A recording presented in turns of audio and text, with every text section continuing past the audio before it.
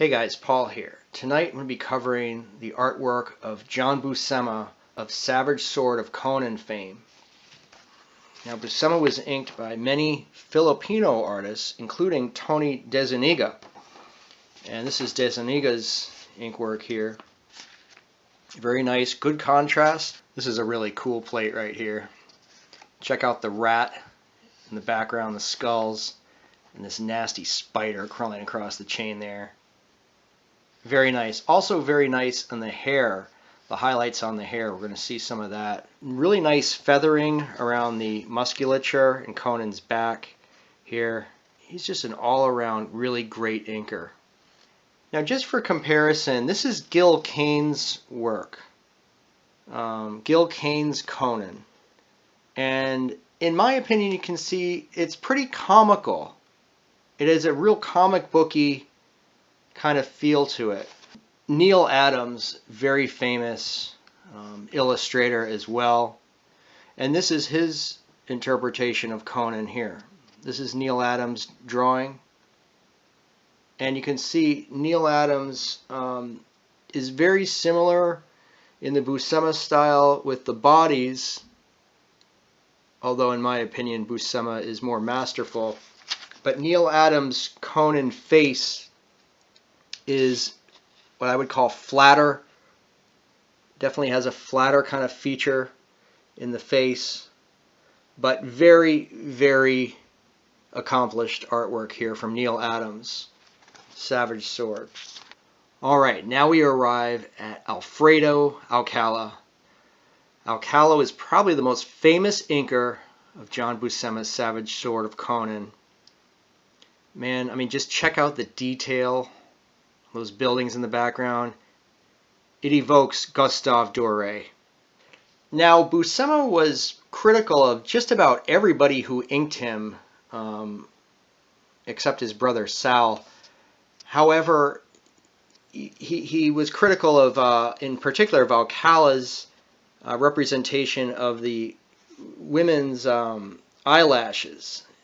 In one interview, calling it like 1930s Hollywood or something to that effect, something from the 1930s. You can see, indeed, Alcala really does kind of sweep out the eyelashes a little too much and changing Buscema's drawing. So that's not really cool. But I mean, still, check out the gracefulness of interpretation here of this woman here in this picture and the background. Check out the fireplace, the mantle, that turkey leg. I mean, the lighting. Look at the goblet with the lighting and the contrast in the goblet. And Alcala still retains, even though he's so intricate with his design, he still retains excellent contrast. The reflections in the hair, in the musculature, in the light source. I mean, it really, just to me, it's just so comprehensive and it's so much fun to look at. Again, these castles are just, I mean, you can just look at this stuff for hours. If you get these anthologies, you can look at them for hours. This is Buscema inking Buscema. Now, one thing you'll notice right away, John Buscema's interpretation of his own work is quite sparse. However, the contrast is larger than any of the other inkers. The blacks are very, very black, yet the highlights are very pronounced in the hair. And he's not focusing on the backgrounds the way Alcala or even DeZuniga are doing the backgrounds. Look at, I mean, he's pretty much leaving them empty for the most part. And the concentration, look at the contrast in that bottom image there.